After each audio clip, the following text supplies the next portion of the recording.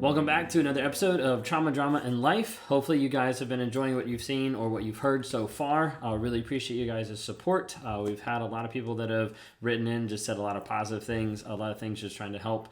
Because that's what we're trying to do. We're just trying to be able to help you all and to be able to just share some of our story. At the end of the day, like, we can't really control of how you guys hear or, what you think about what we're producing, but basically it's just a glimpse into our lives. That's why we named it Trauma, Drama, and Life. So super excited to be here. If you guys have specific questions or stuff that you want us to go over, different topics, things like that, you can message on Instagram. You can send me an email at ben@rawmotivations.com because we'd love to be able to hear from you. We'd love to be able to hear what you want to hear, what you want us to be able to talk through, walk through some of our experiences and things like that. So while this isn't like just geared to be like 100% just about narcissism, that's why we named it Trauma, Drama, and Life, because it really is about a lot of different things. And one of the things I wanted to bring up that I think a lot of couples don't really talk about and don't really like think about in one sense is like after marriage of actually having like dates and actually having something that's contributing to like growing together like as a couple. Yeah. Do you think like that's kind of like the norm? Like a lot of people don't really think of that. Yeah, I think so. I mean, I think maybe it's starting to be like a shift and a focus more on that. But I know, especially when we first got married, that was not like that wasn't even like a thought. It wasn't even like a thought. It was just like, okay, like we do life together all the time. Like there's and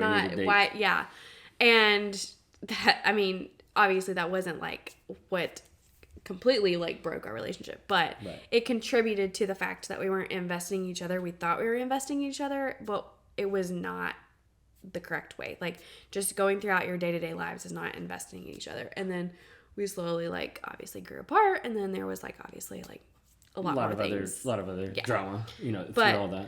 But so there's also a part of me that like didn't think that I needed to, like there was a part of you got me, so yeah, exactly. And I mean, we talk about that some with like narcissism in general, but I think there's a lot of guys out there that they go out and they try to get the person, they try to get the girl, they try to get in the relationship, in the marriage, whatever it might be, and they get that person, and then they're like, I don't know what to do now, like I don't know how to actually show up. And like there's a couple people I was talking to, like even the other day, that it was on lines. I had a client the other day that I was talking to, and they were talking about like what they did and contributed in the relationship, and I was like, you didn't really. Like just paying the bills and showing up isn't enough. Because that's what I thought. Like I thought, hey, I'm good enough because I'm just showing up. Like I'm a good person because I'm actually coming home. But like at that point, I was also coming home from typically like another person. Like it was in that whole like aspect of like cheating where, oh, I think I'm a good person because I'm still showing up, which is a complete and utter nonsense. Yeah. 100%. So it's just, and I think it just goes back to even if you're not in that situation of like being with a narcissist and you're just with like a normal person, or they have toxic traits or whatever, it doesn't matter. If you're not investing in your spouse in a way of connected time, then your relationship is going to slowly like dwindle, and you're going to grow apart, and you're going to be like, I don't know where it went wrong. And it's like, it's just because you're not investing in your spouse.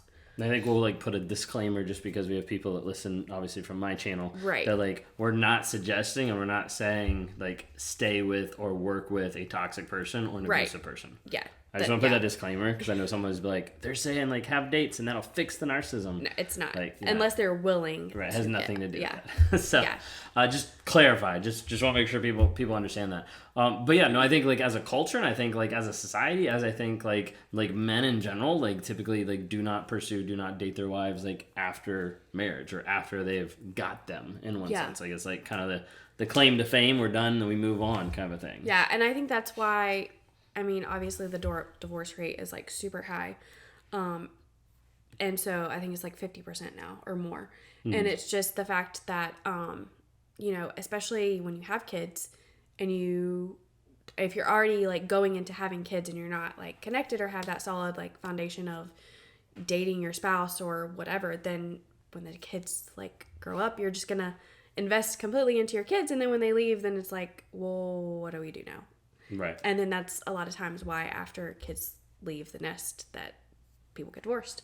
And there's a lot of things that, just in talking about this subject in general, there's a lot of things that come up for me with my involvement with Wake Up Warrior and everything, because like he normally refers to it as being like the trifecta of, you know, being married, having kids, and like running your own business. Like that's like, you know, the perfect pressure cooker for most men to sedate, to be able to check out, be like, forget this, and no longer invest in their relationship, like no longer invest in their marriage and make it a priority. You know, everything else has to take precedent, or like when I do this, then I'll be okay. When I'll do this, then I'll be okay. And then all of a sudden they realize that they're in like a loveless marriage in one sense, because they've spent so much time and attention on like one aspect of life versus like all aspects.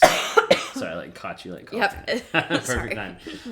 But like I think that's like a big part in my journey, was starting to realize like the pieces that I was missing, and like the things that I was missing on a day-to-day basis of like contributing and of actually being present. So like, when was the first time I started being like intentional with actually like dating? Intentional, like we're like, hey, we're actually gonna do this, versus like blah. It's 2023, right? Yeah. So it was fall of winter of 2021. Okay. It was like a little bit after I came back, after we decided we were going to work on this. We started counseling, and then was that the first counselor, or the second? No, the second. Okay, the one that was actually good. Yes. Okay. It was more, they kind of were like, not necessarily like we had to have date nights like every single week, but it was like, you guys need date nights. And so, and I was getting that a lot from Warrior too. Yeah, and like, you were getting that. Yeah, so it was just coming at him from both angles, and he was like, okay, well, maybe this is what I'm supposed to do. So like, my question to you is like, how did that initially feel? Like me being like, hey, let's have date nights, and that's like not something we'd had over the past like 7 years, basically. Yeah, I think our only date nights that we had really were like either like forced, or it was like my birthday, like date nights. Yeah, or my birthday, we would go on like trips, or I don't know. But then so obviously it felt a little like awkward, because it's like, what do we talk about? Because it's like we're coming back, and like I don't trust you, like clearly, and we have like a lot of stuff that we're dealing with. So how is this even gonna go? And so, I mean, even if it was just like surface level conversations at first, it at least felt good to be able to like get away, because me as a mom, I mean, he's obviously the dad to our daughter, but like I felt like I was living the single mom life for like a really long time. So to be able to have like somebody that I trusted watch our kid, and us be able to like enjoy, even if it was just like, I was like, to me, I was kind of being selfish of like, well, I mean, even if it is like, you know, not that great, at least like I'm getting like a slight break from parenting. So, but I mean, it ended up being like some of our best conversations like since then have come from our date nights, and some of our best connections, obviously. Car. Yeah. Right. And some of our best connections have come from like us going on dates. And I don't know, like you asked me like maybe it was on the podcast, but you asked me like the other day about like how many did we actually have or whatever, like over the last year. I think I texted you because I was just curious. Yeah. So I don't know, because we didn't keep track of it. Like we're keeping track of it this year, because it's like part of one of my like goals in my Impossible Games with Warrior. But like I'd say probably like off the top of my head, like at least like 40. Yeah. You know, like I don't think it was like 52, because we did try to do weekly. But I think it was, I would say it was probably more close to like 45. Okay. That would be my guess. Because even if we didn't have a babysitter, and this goes back to for those who have kids, if you don't have a babysitter, like you can be intentional with doing date night at home. Like, because right now, like since we've moved, we haven't established like another babysitter yet, and so we've been doing date nights at home, but we still make it a priority, even if that means that if we eat dinner late together, or if we just watch a movie on the couch, or if we're just talking, like we make sure that it's not like our bedtime and we're in bed, like whatever. It's just we actually make time to have intentional conversations. Yeah, and that's something that we never ever did before. No. By any means. And then, I mean, for me, like starting off, I think there was like a lot of it that was at first like very uncomfortable, like maybe some out of like obligation, but some out of like, I know this is what I need to do, is just something that I don't want to do. Like, I know this is something that would help me be more intentional and help me like be more connected to you. But like for me, I was like, this is uncomfortable because I have to come forward with and be like vulnerable. Yeah. And like be like open, and that's not my favorite thing to do. Yeah. You've definitely gotten a lot better though. Like I feel like it's not like I have to like push at you. Like sometimes, I mean, if I can tell that you really just don't want to talk about it right now, then I'll be like, okay. But right. But there's also a little bit more trust built of like when I don't want to talk about something, it's not like I'm hiding something or whatever. Yeah. Before I'd be like, what are you hiding? Right. No, that makes sense.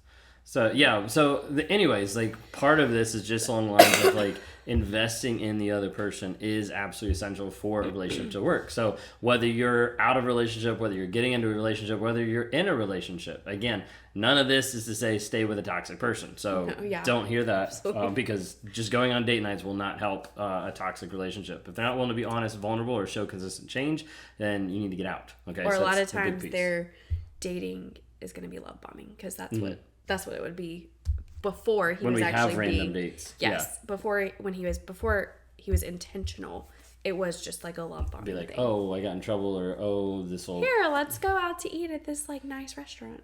Like, right.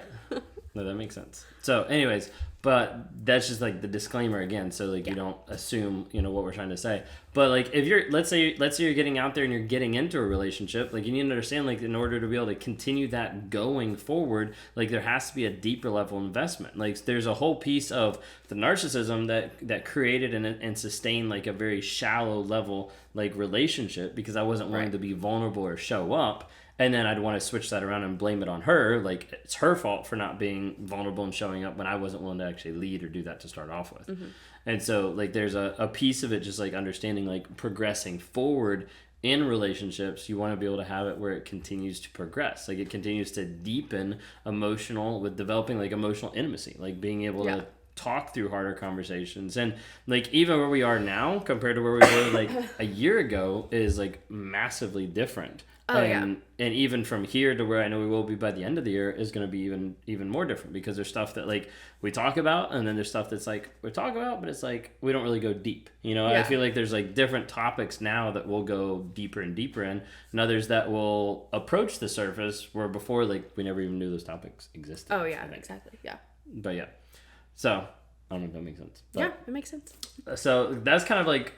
Just like in general, what are we going off of? What was the second topic? The second part of the question was when is the right time to have kids or when? Oh, it's a very like broad question. Yeah, that is because I think it's gonna vary from each person because obviously there's some people who they've either dated a while and they're like, oh, we're gonna start having kids like right away, or people wait for a really long time.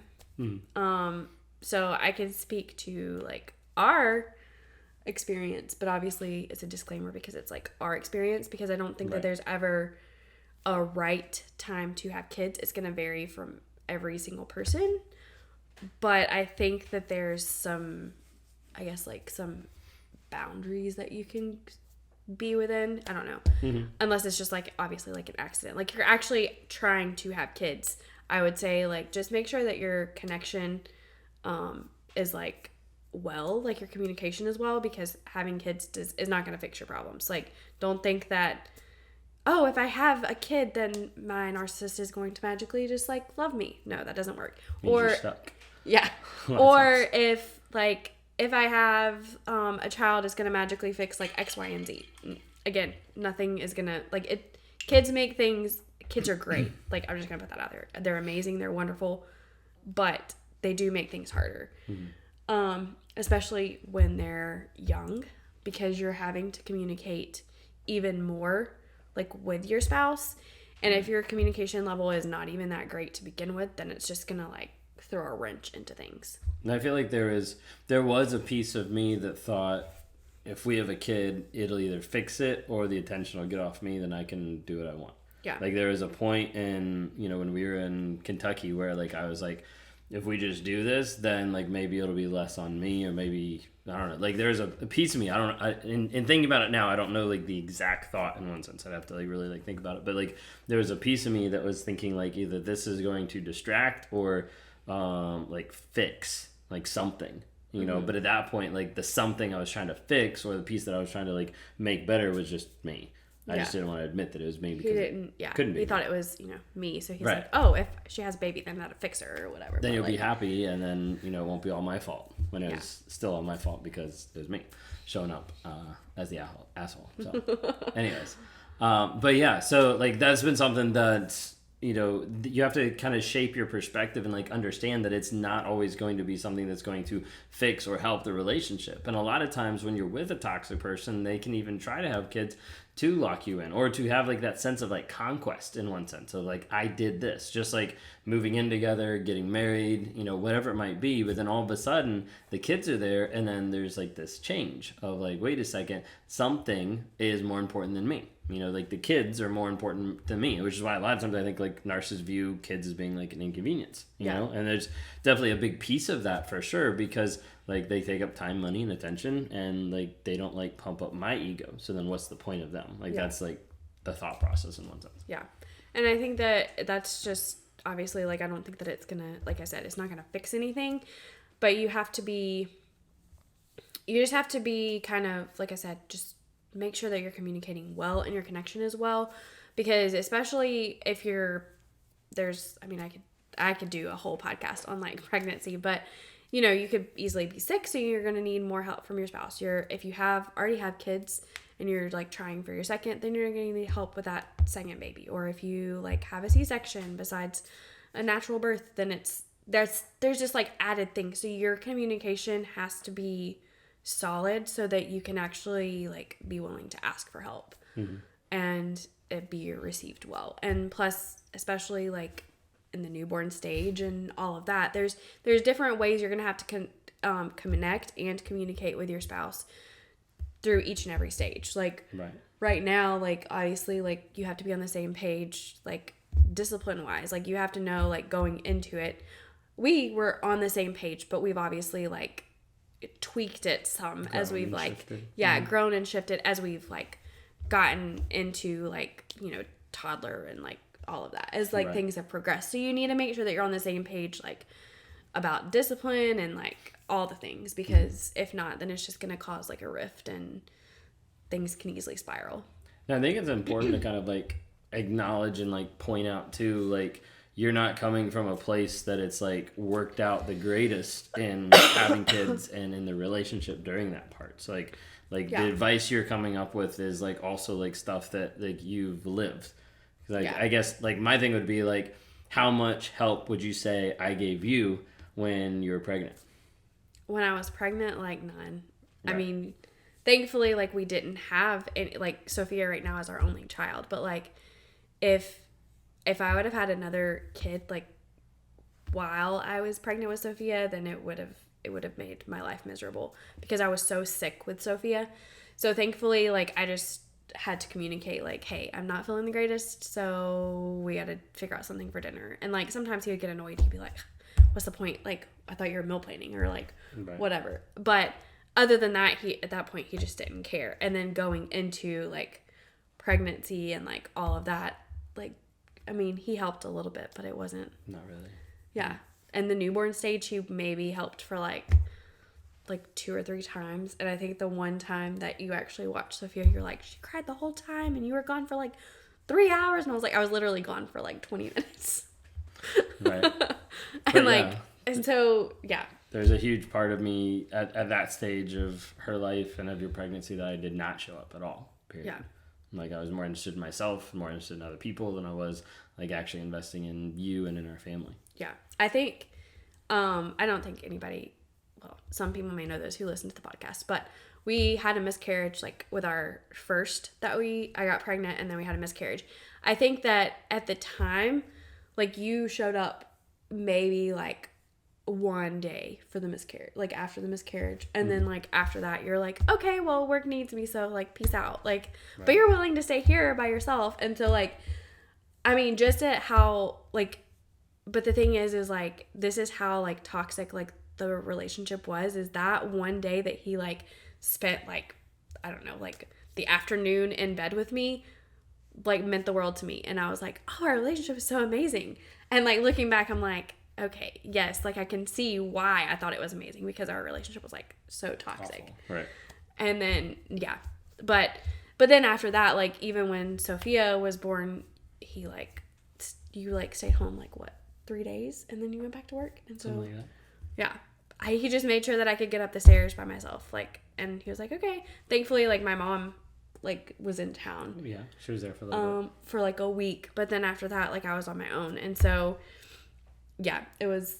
I mean, so I mean, like, none of that stuff we're proud of, you know. None of that stuff is like, oh yes, I did this. Like, no, it's just trying to make it like extremely real for our listeners, extremely real for the people that are here, like understanding like, hey, like the reason why a lot of times I'm really passionate on my platform, and the reason why sometimes I come after people, you know, when the guy's saying like, oh, I pay the bills and show up, it's because I've been there, I've done that, and I know that it's not the right way to live, and I know that it just ends up leaving empty and void with no connection, which is where we got, because of me, not because of her, but where we got. And also like the fight back to that has been the intentionality of connecting. And like date nights hasn't been like the one thing that saved it, but it has been a big influence in like building our connection versus just disconnecting, vegging out on the couch, watching something instead of actually like interacting or being with each other.